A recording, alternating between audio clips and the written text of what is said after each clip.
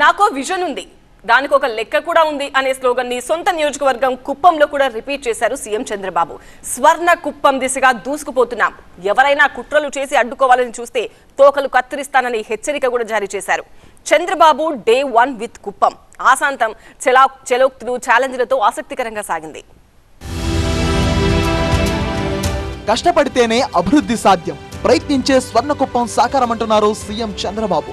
సొంత నియోజకవర్గం కుప్పం అభివృద్ధి కోసం విజన్ డాక్యుమెంట్ ఆవిష్కరించారు.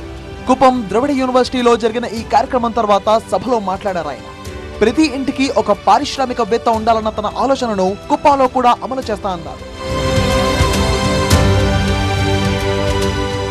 రాబోయే రోజుల్లో కుప్పంను ఎలా అభివృద్ధి చేయాలి, ఇందుకోసం ఏటా ఎలాంటి పనులు చేపట్టాలి అనే అంశంపై సమగ్రమైన ప్రణాళికలను కుప్పం ప్రజల ముందుంచారు. కుప్పానికి పెట్టుబడులు తీసుకొచ్చి ఉపాధి కల్పించే అవకాశాలని విడమర్చి మరీ చెప్పారు. టీడీపీ ఆవిర్భావం తర్వాత కుప్పంలో మరో పార్టీ జెండానే ఎగరలేదన్న విషయాన్ని గుర్తు చేశారు సీఎం చంద్రబాబు. తనకు సీఎం పదవి జాక్పాట్ కాదని, దాని వెనక ఎంతో కష్టముందని చెప్పుకొచ్చారు. 4వ ముఖ్యమంత్రి అయ్యాక మరోసారి సొంత నియోజకవర్గానికి టూరేసిన చంద్రబాబు 2 రోజుల పాటు అక్కడే ఉండబోతున్నారు.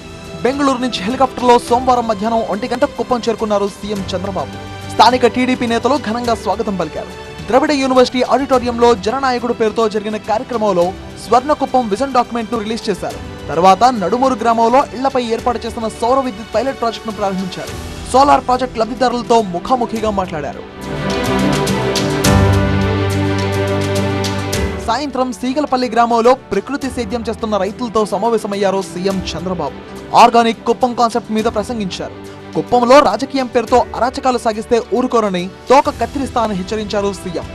5 ఏళ్లు ఈ యొక్క కుప్పంలో కూడా అరాచకాలు జరిగాయి, అన్యాయాలు చేశారు, మొత్తం దోపిడీ చేశారు, విధ్వంసం చేశారు.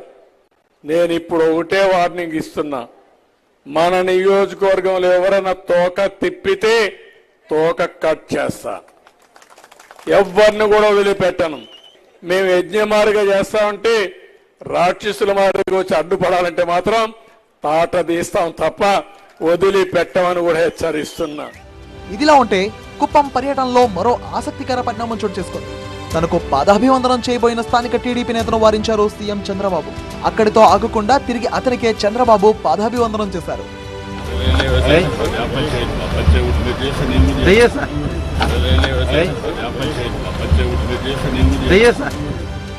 మొదటి రోజు పర్యటన ముగిశాక కుప్పం R&B అతిథి గృహం చేరుకున్నారు.